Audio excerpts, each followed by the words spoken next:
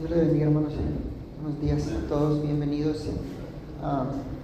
Debo confesarles, ¿verdad?, que uno de los lugares donde me siento más feliz es aquí con ustedes. Entonces, somos pocos, ¿verdad?, pero fieles. Y bueno, el día de hoy vamos a retomar el estudio del libro de Juan. Vamos a continuar en los versículos, sería Juan 1:29. Juan 1:29 al 35. Y no sé si pueden ponerlo aquí, Juan 1:29 al 35.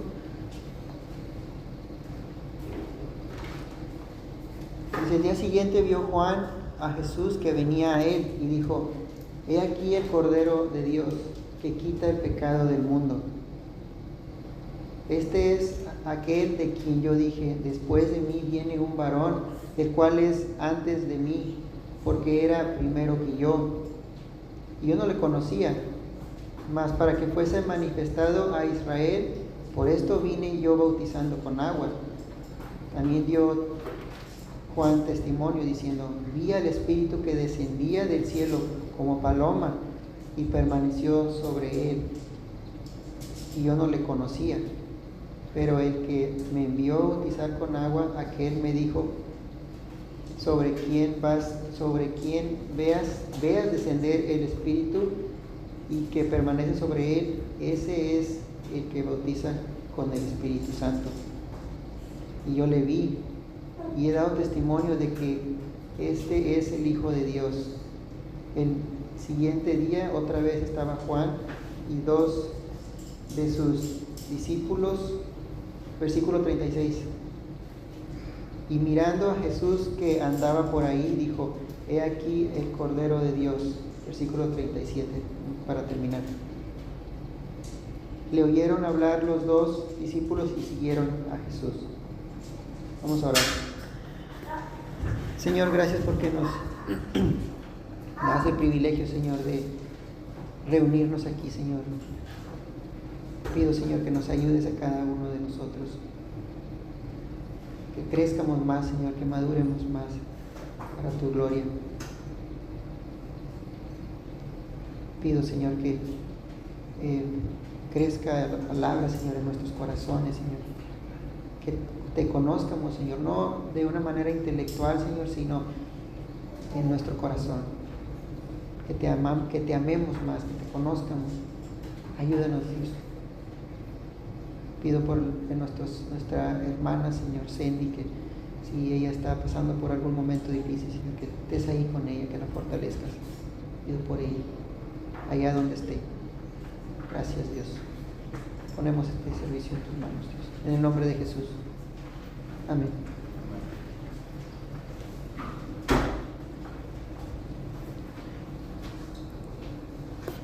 Ok, hermanos, pueden sentarse. Bienvenidos. Solo como recordatorio de nuestro estudio pasado, habíamos hablado de el testimonio de Juan, el cuestionamiento de los sacerdotes, de los levitas, sobre quién era realmente Juan el Bautista. Y absolutamente él dijo: yo no soy el Cristo. Le preguntaron: ¿acaso eres tú Elías o el profeta? Y él dijo, yo solo soy la voz que clama en el desierto. Incluso dijo que él solo bautizaba en agua, pero ya existía en medio de vosotros alguien más poderoso que yo, dijo Juan, quien es antes y después de mí. Y bueno, Randy Alcorn narra una historia de un día en el año 1857, de que el famoso príncipe de los predicadores, se llama Charles Spurgeon, fue programado para predicar en el Palacio de Cristal en Londres, y él debía de predicar a una audiencia de 20,000 personas. Esta sería su primera vez, pero no contaba como yo, ¿verdad?, con un micrófono amplificado. Y él decidió ir un par de días antes para probar la fluidez del sonido del lugar. Y esto era muy común en aquellos tiempos. De hecho, él en uno de sus libros llamado el discurso a mis estudiantes, enfatiza la necesidad del predicador de hablar con una voz alta, a manera que sus oyentes puedan escucharle. Entonces, Charles Spurgeon llegó al púlpito de ese lugar y en lugar de decir alguna palabra insignificante, ¿verdad? Como nosotros lo hacemos, 1, 2, probando, ¿verdad? Él llegó al púlpito y con voz tronante dijo: «He aquí el Cordero de Dios que quita el pecado del mundo», con voz fuerte.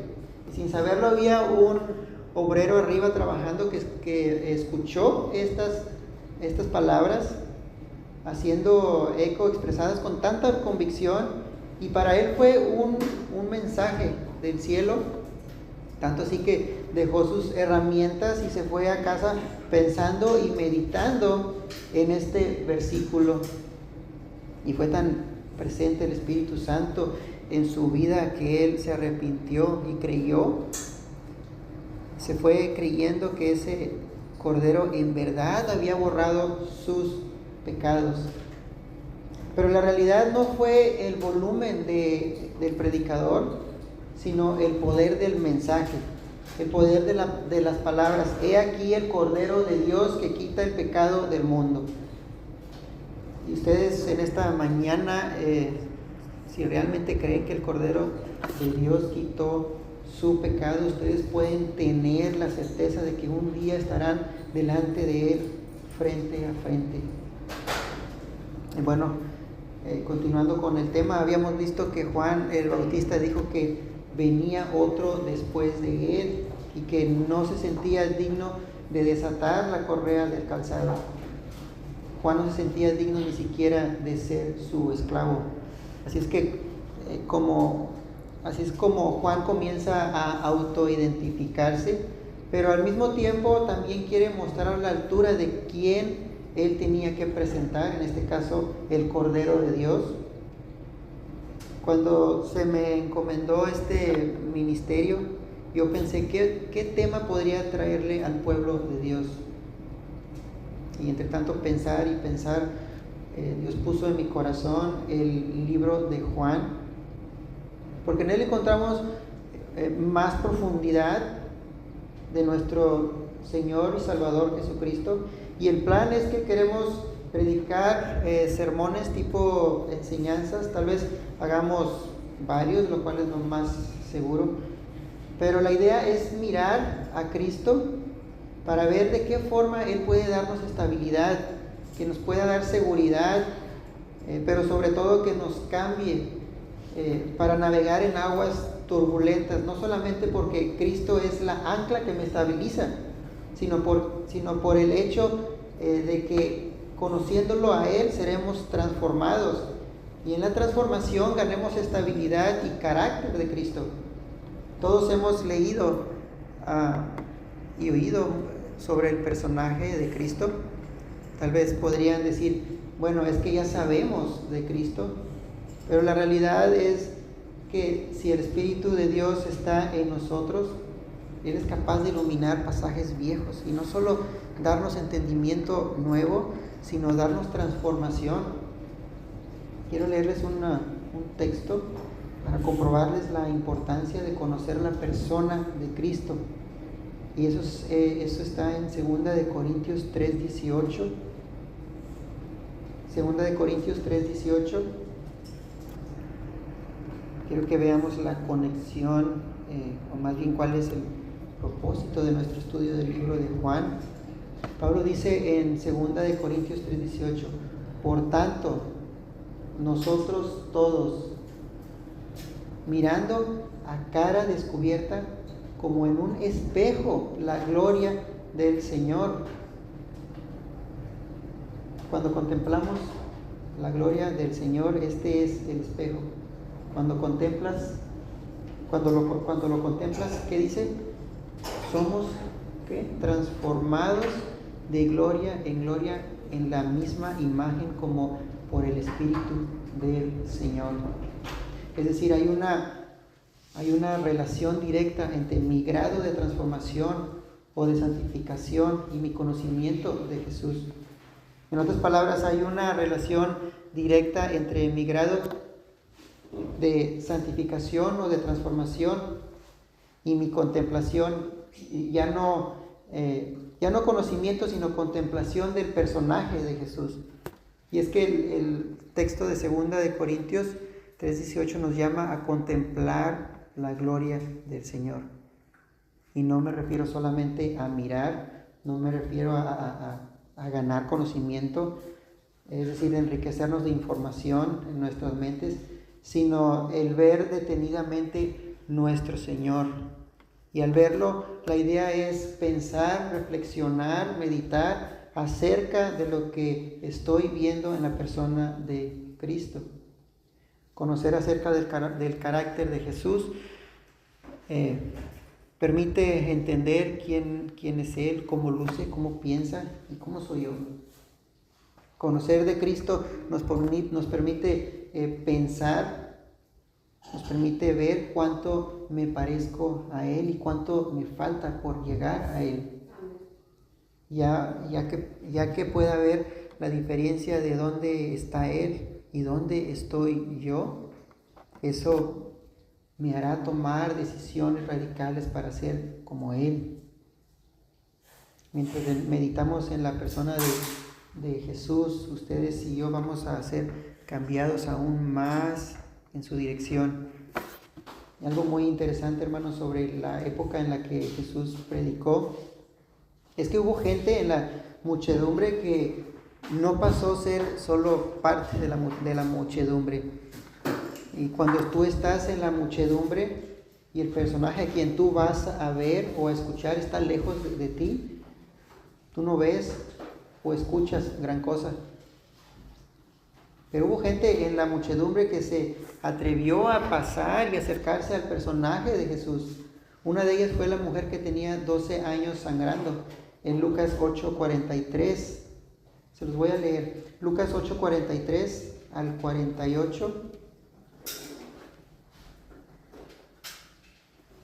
Se los voy a leer rápidamente. Dice: pero una mujer que padecía de flujo de sangre desde hacía 2 años y que había gastado en médicos todo cuanto tenía y por ninguno había podido ser curada, se le acercó por detrás y le tocó el borde de su manto, y al instante se detuvo el flujo de su sangre. Entonces Jesús dijo: ¿quién es el que me ha tocado? Y negando todos, dijo Pedro y los que con él estaban: Maestro, la multitud te aprieta y oprime y dices: ¿quién es el que me ha tocado? Pero Jesús dijo: alguien me ha tocado, porque yo he conocido que ha salido poder de mí, Entonces, cuando la mujer vio que no había quedado oculta, vino temblando y postrándose a sus pies, le declaró delante de todo el pueblo por qué causa le había tocado y como al instante había sido sanada. Y él le dijo: hija, tu fe te ha salvado, ve en paz.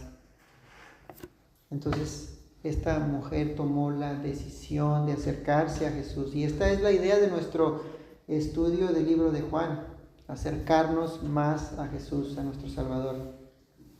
Y otra cosa importante es que no podemos acercarnos a Jesús si solo nos importan pasajes que hablan de bendiciones, de salvación, protección, su cuidado, su amor, su gracia, su cuidado para conmigo. Si no nos gustan pasajes donde Él me reta, me desafía, donde Él me llama a sacrificios, donde Él me llama a disciplina, donde Él me llama a cargar mi cruz, entonces no podré crecer en el carácter de Cristo. No podré decir, como dice en Gálatas 2:20, con Cristo estoy juntamente crucificado, y ya no vivo yo, mas Cristo vive en mí. Y la vida que ahora vivo en la carne, la vivo en la fe del Hijo de Dios, el cual me amó y se entregó a sí mismo por mí. Y bueno, siguiendo en el texto de Juan 1:29,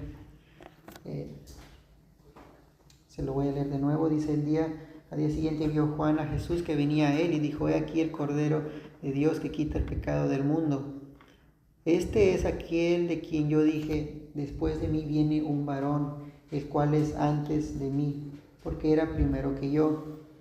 Y yo no le conocía, mas para que fuese manifestado a Israel, por esto vine yo bautizando con agua. Esta es la razón por la que Juan estaba bautizando. También dio Juan testimonio diciendo, vi al Espíritu que descendía del cielo como paloma y permaneció sobre él. Y yo no le conocía de nuevo. Pero el que me envió a bautizar con agua, aquel me dijo, sobre quien veas descender el Espíritu y que permanece sobre él, ese es el que bautiza con el Espíritu Santo. Y yo le vi y he dado testimonio de que este es el Hijo de Dios.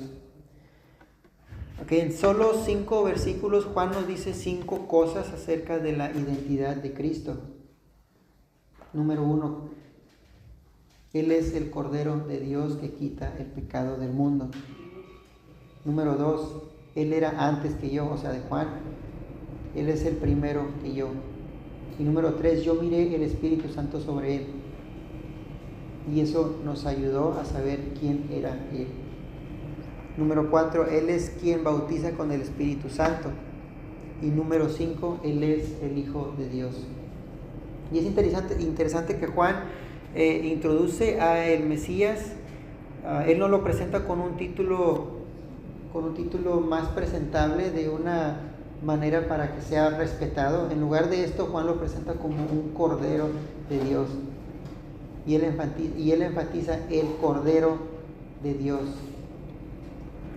Y otra cosa que también enfatiza es que quita no solo el pecado de Israel, sino quita el pecado del mundo.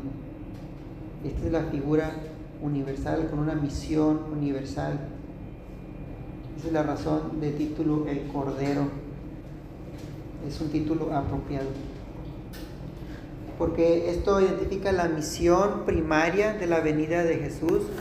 Él es un cordero, y ustedes saben lo que se hacía con los corderos. Los judíos hubieran deseado que Juan lo presentara como un rey poderoso, como un hombre al que todo el mundo le temiera.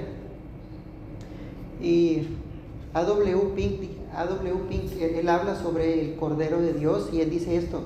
Dice, los judíos lo hubiesen recibido en el trono, pero primero tenían que aceptarlo en el altar. También A.W. Pink él dice que hoy no es muy diferente, que Jesús sería tolerado o aceptado hoy en día si Él vendría como un reformador social o como un profesor de ética.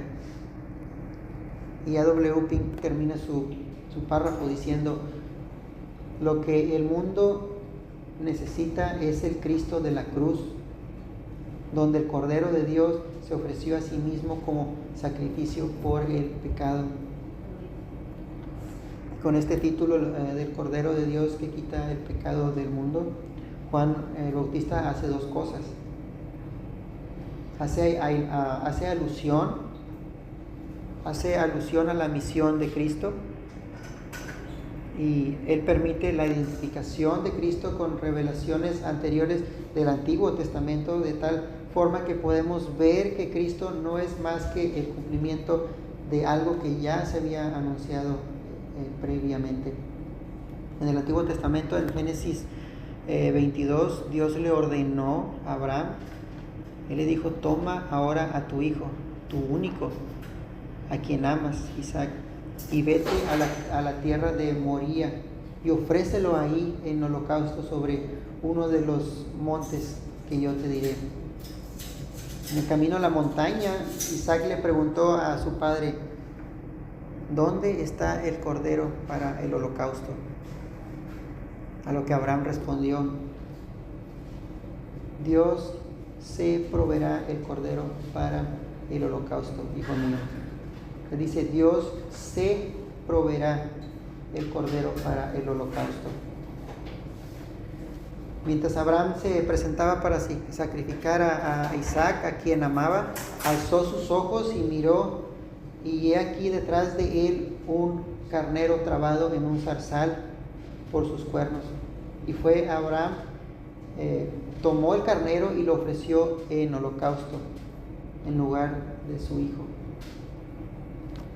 Abraham llamó el nombre de aquel lugar: el Señor proveerá, Jehová Jireh, como se dice hasta el día de hoy en el monte del Señor. Jehová Jireh es más literalmente Jehová verá, lo que transmite la idea de que Jehová ve la necesidad antes de que surja y Él provee para ella. El omnisciente ve tu necesidad, ve nuestras necesidades. El asombroso Dios de toda gracia, dice 1 de Pedro 5:10. No solo proveyó a la necesidad de Abraham de un cordero, sino aún más asombroso, previó nuestra necesidad a nosotros, el Cordero de Dios, para ser nuestro sustituto. Y así Pablo pudo testificar que Dios no nos salvó y nos llamó con un llamamiento santo, no conforme a nuestras obras, no por ningún mérito o porque lo mereciéramos, sino conforme a su propio propósito y gracia que nos fue dada en Cristo Jesús. Jehová vio nuestra necesidad incluso antes de que comenzara el tiempo.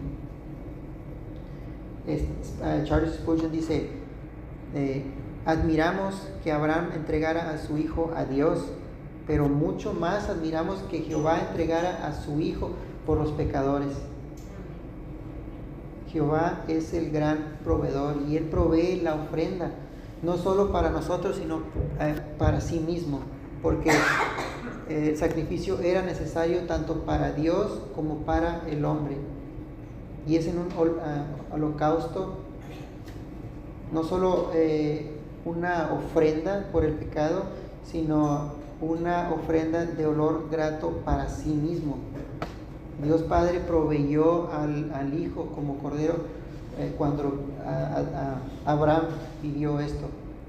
Tal vez no entendía del todo lo que estaba pasando. O sea, Abraham no tuvo que sacrificar al Hijo porque Dios proveyó el Cordero. Sin embargo, Abraham estaba como tipificando lo que habría de pasar en el Nuevo Testamento. Tal como Abraham lo dijo, y algo tuvo Abraham que haber entendido de eso que le pasó, ya sea antes del sacrificio, durante el sacrificio o después del sacrificio. Y la única razón por la que digo esto es porque esto de que Abraham debió de haber entendido algo, es por algo que Cristo dice en Juan 8:58. Si puedes ponerme Juan 8:58.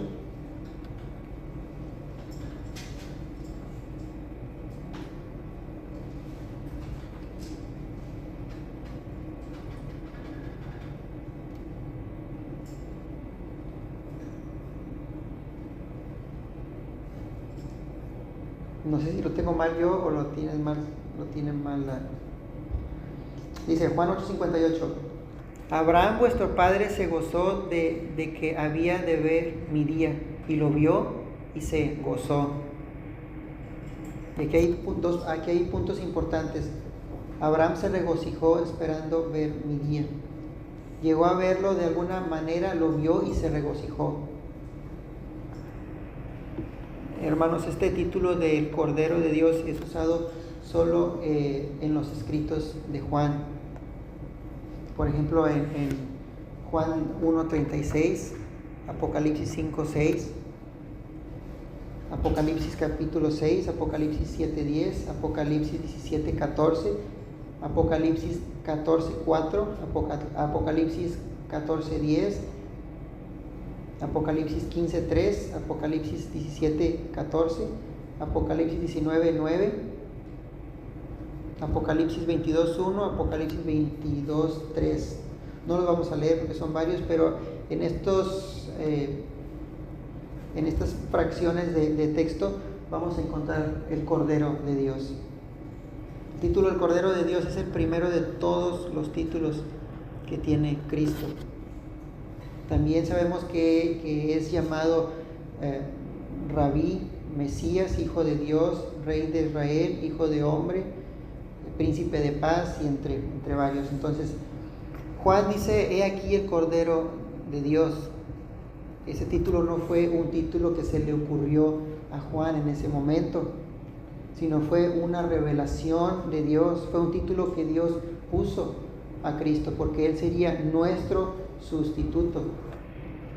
Ahora ya Dios no mira sus pecados. Ahora Él ya no mira sus pecados, sino Él mira a Cristo y su vida perfecta. Nosotros no entramos al cielo por nuestros méritos, sino por los méritos de Cristo. El Cordero de Dios es lo más preciado que el cristiano puede tener. A través de los siglos, si ustedes hacen una observación día tras día, mes tras mes, año tras año, siglo tras siglo, millones de corderos fueron sacrificados. Y es por esto que los judíos conocían el concepto del Cordero de Dios, porque conocían a Isaías 53, cuando dice que alguien sería sacrificio por nuestras transgresiones, y el castigo de nuestra paz caería sobre él.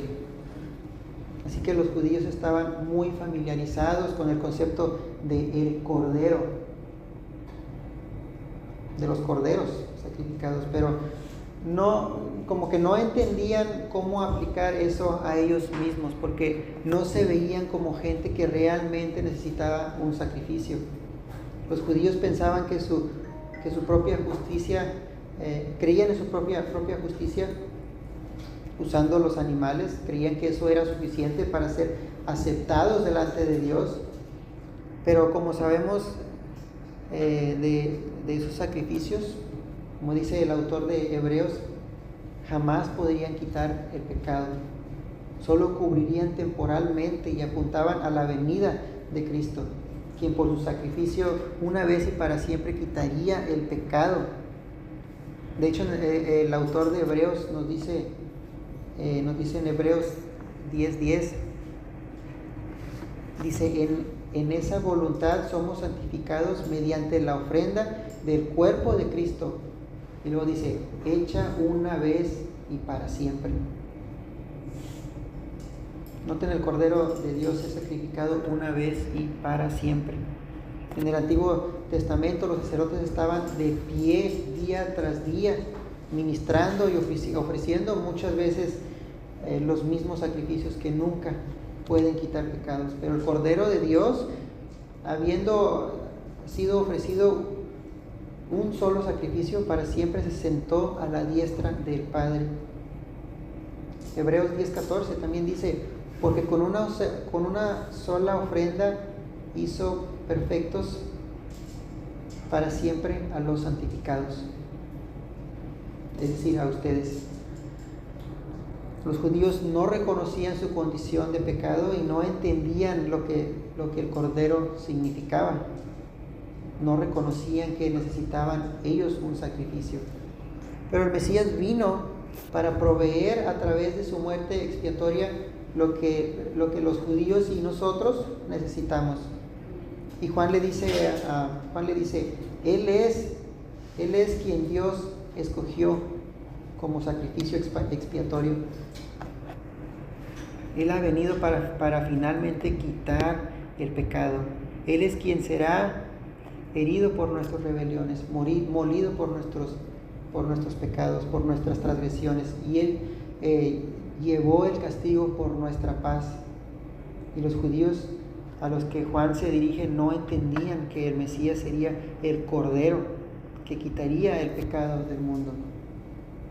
Pablo dice en 2 Corintios 5:21: al que no conoció pecado, por nosotros lo hizo pecado, para que nosotros fuésemos hechos justicia de Dios para él. Pero los judíos querían a alguien más poderoso, un profeta, un libertador político, un monarca, un rey. pero lo que ellos recibieron fue un cordero. Ellos querían un Mesías poderoso, pero en lugar de un Mesías recibieron un sacrificio.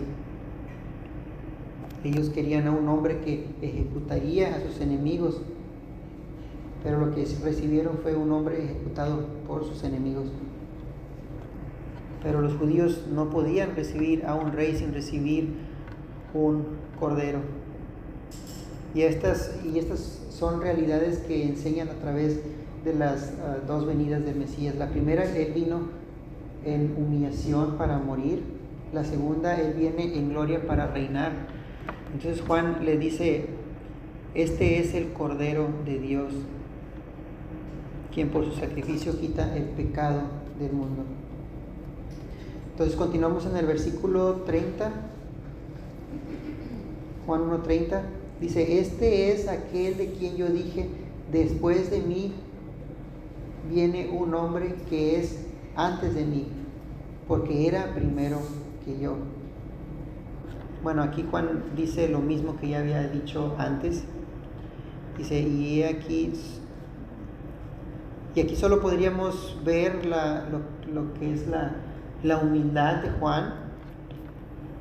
No pongan atención en mí, dice él, sino en aquel que es eterno, aquel que es superior a mí, aquel que es exaltado sobre todo. Juan está hablando de la preexistencia eterna de Jesús y de que Jesús era Dios. Juan fue creado, pero el rango superior de Jesús era sumamente infinito. Juan dice, fue Él quien creó todas las cosas, inclusive a mí, diría Juan, como ya habíamos dicho antes, aunque en realidad Juan había nacido antes que Jesús existía primero que Juan. Continuando en el versículo 31 dice, y yo no le conocía más para que fuese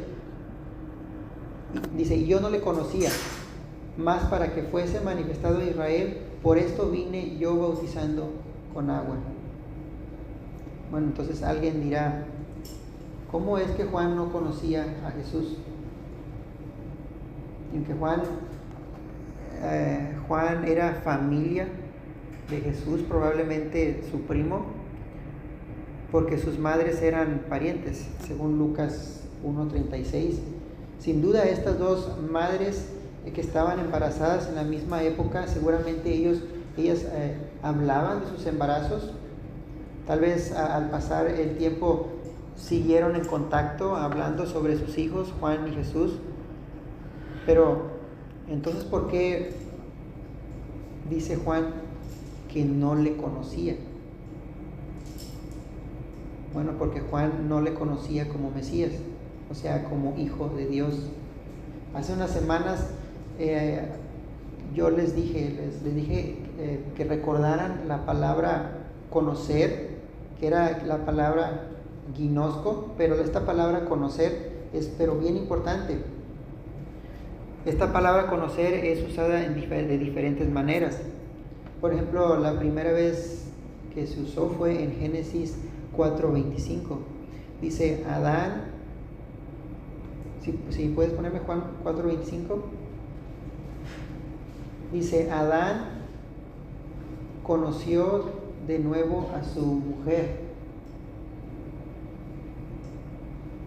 Adán conoció de nuevo a su mujer y ella dio a luz un hijo y llamó su nombre Set. Bueno, en este caso Juan dice que no le conocía, es decir, no tenía una relación con Jesús. Por lo tanto, determinamos que sí lo conocía, pero no de manera como Mesías, en referencia de tener una relación íntima como usted y yo tenemos con Cristo. Recuerden que fue en Mateo, no sé si recuerdan en Mateo, creo que fue Mateo 7:23, donde les dije sobre esta palabra conocer, En el caso de Génesis 4:25 dice conoció de nuevo a su mujer. Eso está hablando de relaciones sexuales. Entonces, creo que les había puesto de ejemplo Mateo 4:25, perdón, Mateo 7:23. Dice, y entonces, Mateo 7:23, y entonces les declararé, nunca os conocí. Aquí usa la palabra de nuevo, nunca os conocí, apartaos de mí, hacedores de maldad. Es decir, nunca tuve una relación contigo. Y de nuevo alguien dirá, entonces, ¿cómo es que Jesús, sabiendo todas las cosas, nunca lo conoció? Claro que lo conocía. Conocía la realidad de ellos. Estamos hablando de Mateo 7:23. Claro que sí los conoce. Pero no tenía ninguna relación personal con ellos. Y el apóstol Juan le gustaba mucho usar esta palabra ginosco, que es la palabra conozco o conocí.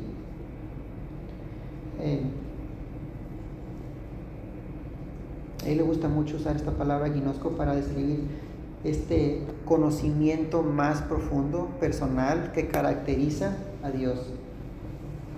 Jesús eligió ginosco para describir la intimidad entre el Padre y el Hijo, así como la conexión entre Él mismo y sus ovejas. Así que podemos conocer a alguien, pero tal vez no de manera íntima. Podemos conocer a alguien tal vez de vista, pero no de manera íntima. Entonces Juan dice, yo no le conocía como hijo de Dios hasta que yo lo bauticé. Y ese día es cuando yo vi que el Espíritu Santo descendió sobre él como paloma. Y escuché una voz del cielo que decía, este es mi Hijo amado, en quien tengo complacencia. Y Juan admite que hasta ese día Jesús lo conoció. Perdón, Juan admite que hasta ese día a Jesús lo conocía como pariente, pero no como el Mesías prometido. Esto nos enseña también que Jesús en su humanidad no demostró algo sobrenatural algo como divino. Más bien Él esperó el momento en que Dios le pusiera el momento oportuno para manifestarse en esta tierra. Juan tal vez dudó que Jesús era hijo de Dios, porque por 30 años no pasaba nada con Jesús, ya que actuaba y vivía igual que nosotros. Él se comportó como un simple joven judío, como carpintero, creció en Nazaret y vivió una vida normal como cualquier otro joven. De hecho, más tarde Juan tenía dudas acerca de que si Jesús era el Mesías. Él no sabía si era el Mesías o no. Tuvo dudas porque él más adelante está en la cárcel y envía a sus discípulos a preguntarle a Jesús, ¿tú eres el Mesías o esperamos a otro? Y él respondió a los discípulos de Juan, vayan a Juan y cuéntenles las obras que yo hago. Juan tuvo momentos de dudas, aunque seguro sus familiares, como dijimos, hablaron entre ellos, pero Jesús nunca mostró ningún poder. Por eso era la duda de Juan. Y vemos en el versículo 34, Juan 1:34 dice, Juan dice, yo lo he visto y he dado testimonio de que este es el Hijo de Dios. Una declaración que afirma que Jesús comparte una naturaleza divina igual a la del Padre. Este es el segundo mensaje del segundo día de Juan. Jesús es el Cordero de Dios, pero también el Hijo de Dios. Continuamos con los versículos 35, 36 y 37. El siguiente día otra vez estaba Juan y dos de sus discípulos, y mirando a Jesús que estaba por ahí, dijo, he aquí el Cordero de Dios. Le oyeron hablar los dos discípulos y siguieron a Jesús. ¿Quiénes son estos dos discípulos? Bueno, en primer lugar son discípulos de Juan el Bautista. Lo dice el versículo 35. Juan el Bautista era un maestro, era un rabino que enseñaba. Y claro, todos los rabinos tenían sus propios seguidores, sus alumnos. Y aquí vemos a dos alumnos de Juan el Bautista. Y Juan Juan les habla en el versículo 40. Sabemos quién es uno de ellos. Dice el versículo 40. Dice, uno de los dos que oyeron a Juan y siguieron a Jesús era Andrés, hermano de Simón Pedro. Al principio de nuestro estudio de Juan les habíamos dicho que Juan nunca se menciona por nombre, ni siquiera quiere mencionarse, así que determinamos que Andrés y Juan comenzaron siendo discípulos de Juan el Bautista, preparándose para la llegada de Jesús. Y Juan el Bautista le dice a estos dos, viendo a Jesús que venía a él le dice, he aquí el Cordero de Dios, mírenlo a él, no me sigan a mí, síganlo a él. Mi misión aquí terminó. Yo preparé el terreno para él y el Mesías ya está aquí. Y le dice Juan a estos dos, síganle. Y vean lo que dice en el versículo 38. Dice, Jesús se volvió y viendo que le seguían, les dijo, ¿qué buscáis? Y ellos le dijeron, Rabí, que traducido quiere decir maestro, ¿dónde te hospedas? Las primeras palabras de Jesús hacia ellos fueron, ¿qué buscas? ¿Qué buscáis? Y no fue un accidente que las primeras dos palabras que pronunció el maestro en su vida mesiánica fueran esta pregunta profundamente significativa. ¿Qué están buscando?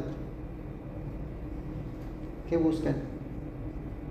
Y él también nos hace esta pregunta a nosotros hoy. ¿Qué es lo que buscan?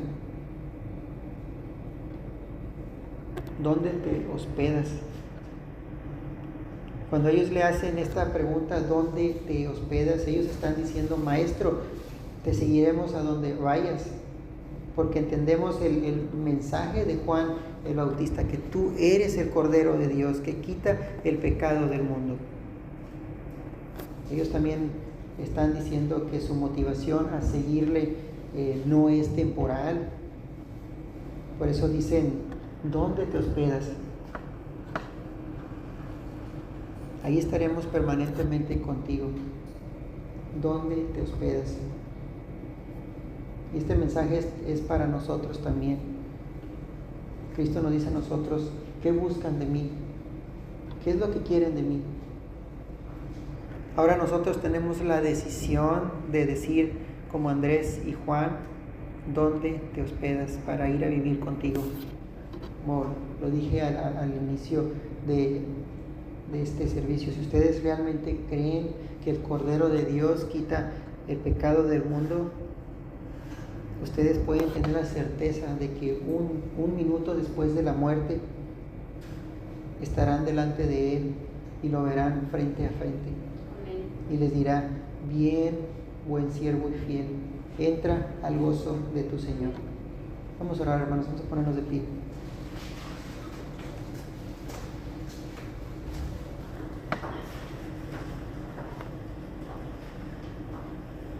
Señor, gracias Dios porque nos has dado tu palabra, Señor, para guiarnos, para seguir adelante, Señor.